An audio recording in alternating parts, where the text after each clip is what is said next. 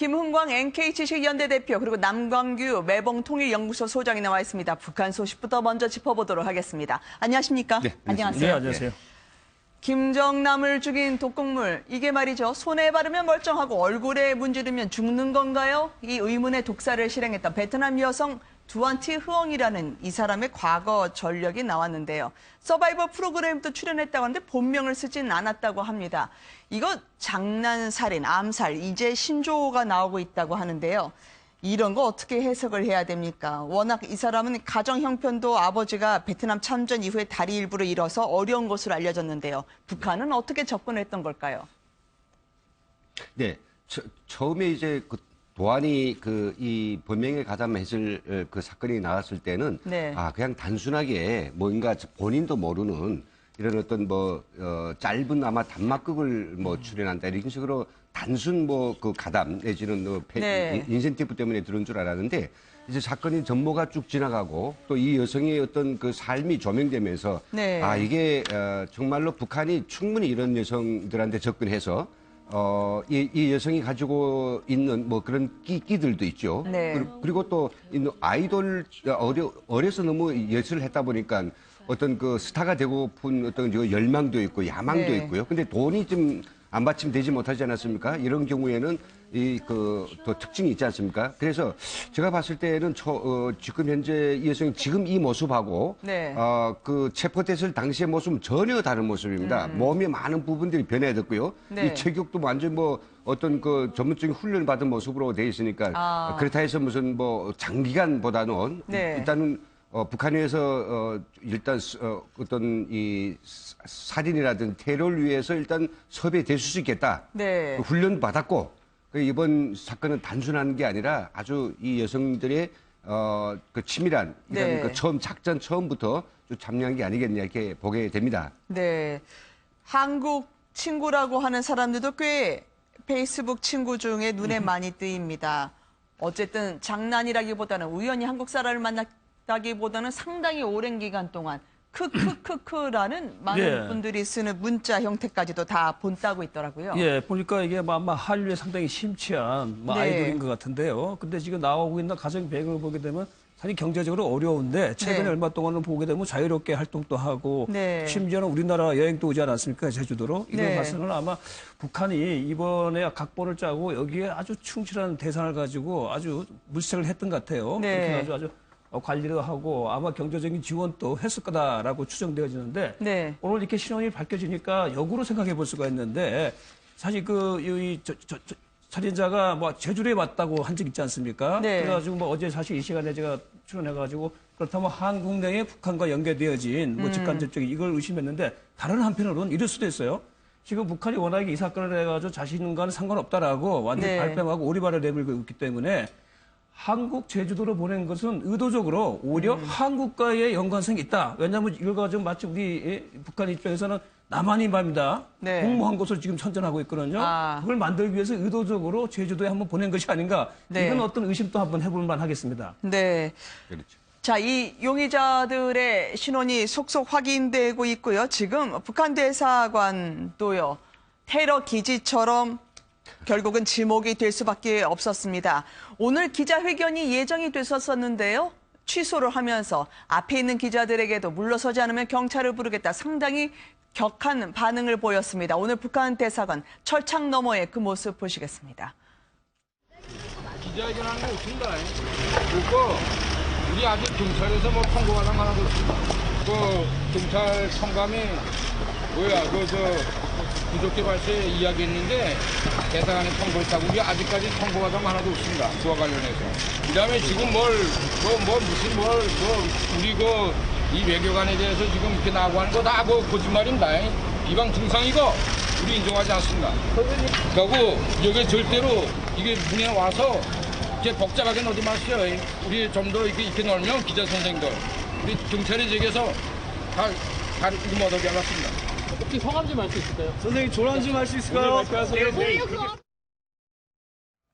저 말을 위해서 일부러 나와서 얘기하는 건가요? 아니면 막다 보니 저렇게 되나요? 아니죠. 지금 기자들이 너무 앞에 문전성시를 이루니 그냥 가만히 있을 수도 없고 네. 그래서 일단은 나가서 한마디 한 게 아주 위협적인 말이 아닙니까? 네. 저 대사가 했던 이야기를 좀 곱씹고 네. 오늘 또 이제 북한이 공식적으로 이야기했죠. 조선 법률가 위원회라고 네. 말도 안 되는 그냥 짝퉁 뭔가 하나 이제 원래 있는 게 아닌가요? 예, 아닙니다. 예, 없이 네. 그렇게 아무 때나 만드는 거 이름 쓰는 거죠. 네. 그하고 똑같은 이야기를 하고 있죠. 근데 지금 말입니다. 여기에 지금 뭐 어제 그 경찰이 그 두 번째 발표가 나서 네. 북한은 상당히 좀 위축돼 있는 그런 상황이거든요. 네네. 왜냐하면 이 대사관의 그 서기관이 네. 또 그리고 여기에 또 한 명이 지금 잠복해 있을 가능성이 있다라고 저 하는. 대사관 안에요. 예, 저 그럼 대사관에. 혹시 말입니다. 저렇게 예. 차량을 타고 오가는 예. 모습이 어제 오늘 포착이 됐는데 예. 아무래도 외교관 차량이다 보니까 저 안에 누가 숨어 있는다 한들 네. 빠져나가게 해도 막을 방법이 없는 거 아니에요? 없죠. 트렁크에 뭐 잠시 싣고 나가도 잘 모르는 거고요. 네네. 그래서 지금 이렇게 그 대사관이 연루됐다고 하는 것이 경찰에서 공식적으로 드러나면서 이 좀 빼도 박도 못할 게 물론 이제 뭐 경찰 조사에서 그 증거가 다 입증돼야 되겠습니다만 이렇게 경찰이 이야기할 때 함부로 하는 거 아니지 않습니까? 확실한 어느 정도의 증거는 가져가니까 좀 상당히 위축되어 있는 그 상황이거든요. 그래서 네. 오늘 뭐 대사의 그 세 번째 뭐 기자회견이 있겠다라고 네. 하는 것도 지금 계속 늦어지고 있는 것 같습니다.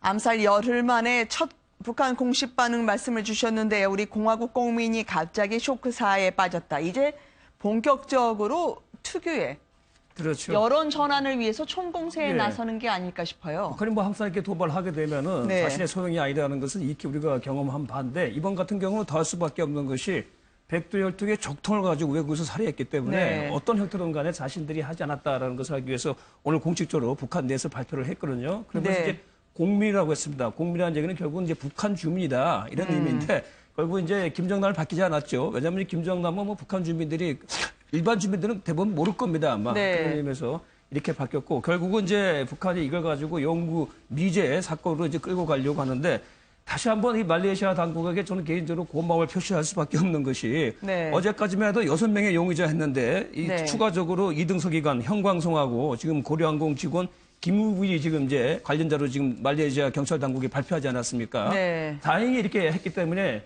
더더욱 이 북한의 소행이라는 것이 완전히 굳어져 나갔는데 사실 제가 봤을 때는 이미 이걸 배후에서 사주하고 모든 것을 기획한 4명은 이미 말레이시아를 떠난 걸로 우리가 알고 있거든요. 네. 뭐 그런 상황 속에 자칫하면 정말 북한이 이걸 연결해가지고 완전 꼬리 자르기로 나설 수도 있었는데 일단은 연계되어진 2명의 북한이 또 있으니까 확실히 이제 북한 소행인 건 됐고 그러나 북한은 이제 아마 이 2명을 가지고 어떤 형태든 간에 말레이시아 당국에 인도하지 않을 겁니다. 뭐 그러면서 네. 아마 이걸 가지고 결국은 이 상태에서 좀 마무리 지으려고 하는 그러면서 북한 소행이 아니다는 걸 가지고 아마 계속 드러내면서 그쪽으로 끌고 가려고 할 것입니다. 우리 땅에서 추가 죽음을 원하지 않는다. 말레이시아 측에서는 김한솔의 귀국을 촉구한 바가 있었었는데요. 오늘 새로운 언론 보도에 따르면 말레이시아 경찰 3명이 김한솔의 DNA를 채취하기 위해서 마카오를 향했다는 보도가 있었습니다. 이 보도가 나오자마자 또 경찰청장은 그런 사람 보낸 바 없다고 하던데요. 자, 특공대원의 모습이 저희가 지금 기억에 선합니다만 도대체 김한솔을 어떻게 했길래 계속 이런 혼선이 나오고 있는 걸까요? 예, 그거는 당연히 김한솔이라고 하는 이분이 가지고 있는 어떤 네. 그 특별한 어떤 그 사명 내지는 네. 그 위치 때문이죠. 아버지 죽은 사람이 이 김한솔의 아버지 김정남이 맞다는 거라고 하는 것은 오직 김한솔과의 DNA 분석을 통해서 알 수 있고요. 네. 또 그것이 밝혀진다면 결국은 북한은 이번 그 암살 사건에서 빼도 박도 못합니다. 네. 배경이 뭐 직접적인 행동자라는 거에 대해서 그러니까 북한도 신경을 쓰고 있고 또 중국도 이제 이에 대해서 협조를 할 것인가 말 것인가에 대한 어떤 판단도 있을 거고요. 네. 그런데 이 마카오 경찰도 일단은 판을 펴놨기 때문에 자기들이 가지고 있는 심증과 증거에 기초해서 어느 정도 이제 그 공식적인 어떤 주장을 해놓은 게 있기 때문에 이것을 네. 반드시 결속을 해야 되지 않습니까? 그런 의미에서 말레이시아 경찰도 어떤 김정남으로부터 안전하게 DNA를 샘플 채취하기를 바라는데 모르겠습니다. 이제 한 뭐 3일 전에는 벌써 왔다 갔다라고 하는 이야기가 이제 네. 아주 무성했고요. 아직까지 오늘까지는 또 말레이시아 경찰청장이 아직은 뭐 그런 거 없다라고 하는데 혹시라도 네. 제가 보기에는 이미 김한솔이 꼭 그 병원에 이 아버지가 시신이 안치되어 있는 그 병원에 와야 될 수도 있겠지만은 샘플만 채취한다면 그 아버지 시신 나중에 그 인수받더라도 샘플만 채취한다면 그 병원이 아닌 제 3의 장소에 왔다 갔을 수도 있다고 생각하거든요. 네. 그래서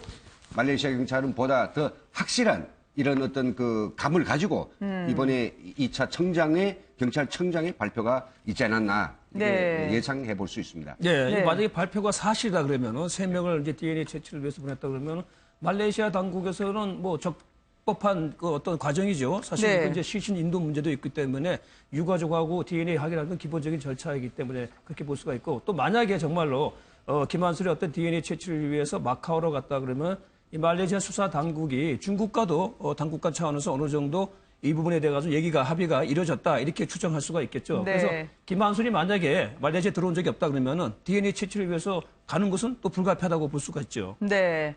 무엇보다도요. 지금 상황이 북한 측은 아마 몇 년 걸리는 미국의 사건으로 몰아가려고 하는 듯한 움직임이 포착이 됩니다. 나만이 짠 각본이라고 하고요. 연일 화풀이 하면서 지금 그러다 보니까 불필요하게 일본 언론에서는 아니 김정남 시신이 문신이 없다라고 하면서 조작설까지 내는 이 얼토당토한 의혹까지 제기가 되고 있습니다. 아마 복부에 용문신이 있었는데 그게 사라져 보인다라는 것 같아요. 예, 근데 김정남의 그 문신 이야기에 대해서는 네. 여러 가지 설들이 있습니다. 2002년인가 이제 일본에 네. 그 불법 입국했을 때 그때 이제 채취된 어떤 문신이라고 했고요. 네. 일설에 따르면 우리 정부가 이 김정남 사후에 바로 이제 그 문신 정보도 말레이시아에 제공했다고 하지만은 네. 문신이라고 하는 건 지우려면 지울 수 있는 겁니다. 네. 흔적이 있지 육안으로 안 보일 수도 있단 말이죠.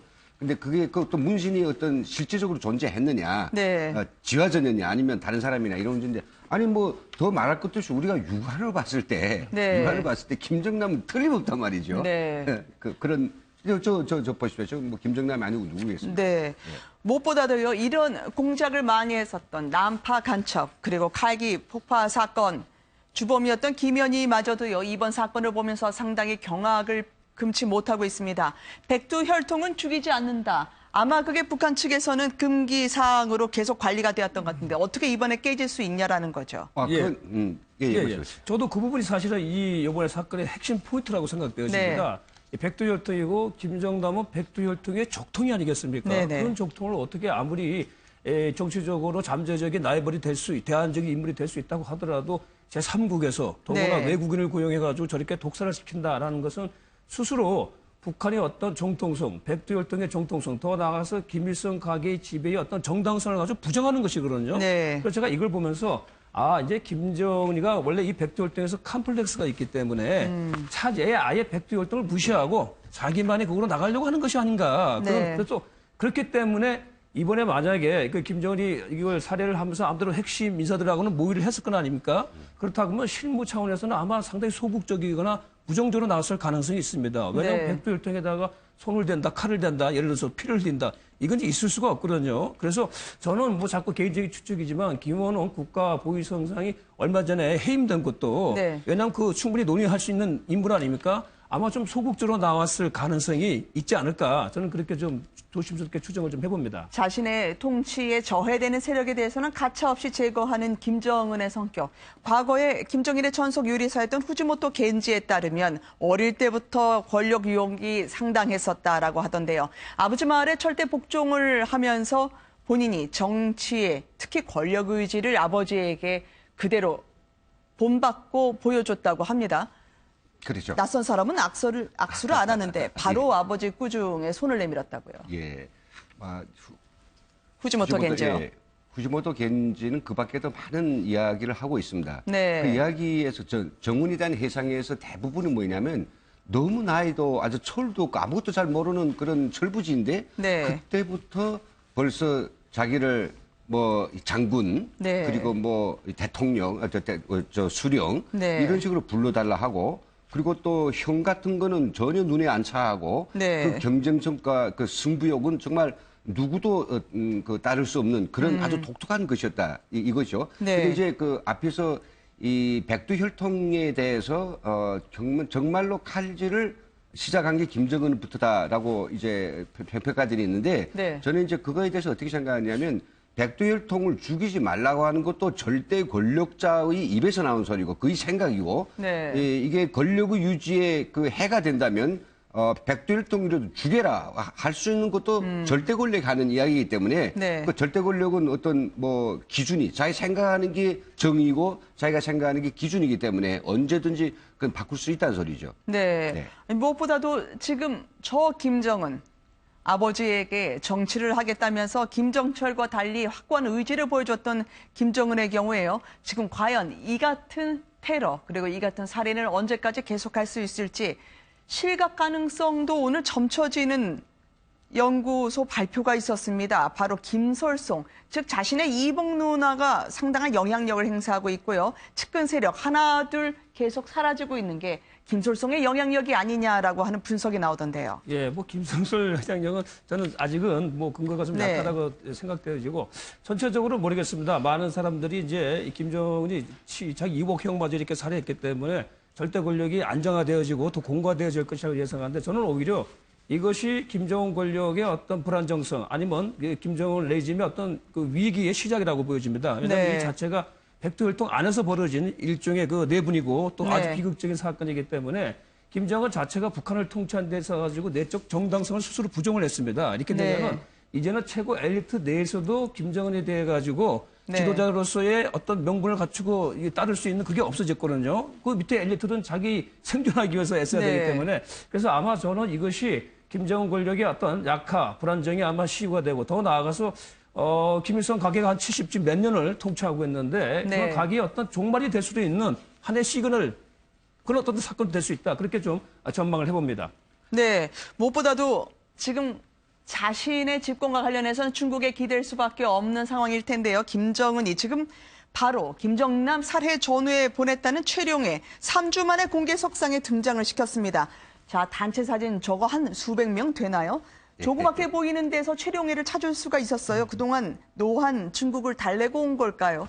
예, 그런 건 같지 않습니다. 네. 중국도 아마 예전에 이제 그 장성택 죽이고 바로 5달 후에 저게 최룡해가 직접 가서 설명을 했거든요. 네. 양해를 구했고 이번에도 그냥 살해하고 나서 바로 갈 수는 없을 겁니다. 좀 네. 돌아가는 어떤 추이를 보고 오히려 그것보다는요 이 최룡해가 이 지금 혈당이 매우 높습니다. 아, 네. 예, 그래서 인슐린 부족 때문에 어떤 때는 이렇게 그 다리도 그렇고 네, 또 네. 회의장에서도 푹푹 쓰러지는 경우가 있는데 아, 그렇군요. 해마다 한 번씩은 네. 이 전신을 갖다가 투석을 해야 되거든요. 네. 그래서 그동안 그 치료를 받고 왔을 가능성이 네. 충분할 것 같습니다. 역시 중국과 북한 관계에 외교적으로 심각하게 최룡해를 보지 않아도 된다라는 분석으로 제가 듣겠습니다. 오늘 북한 소식 두 분으로부터 들었습니다. 감사합니다.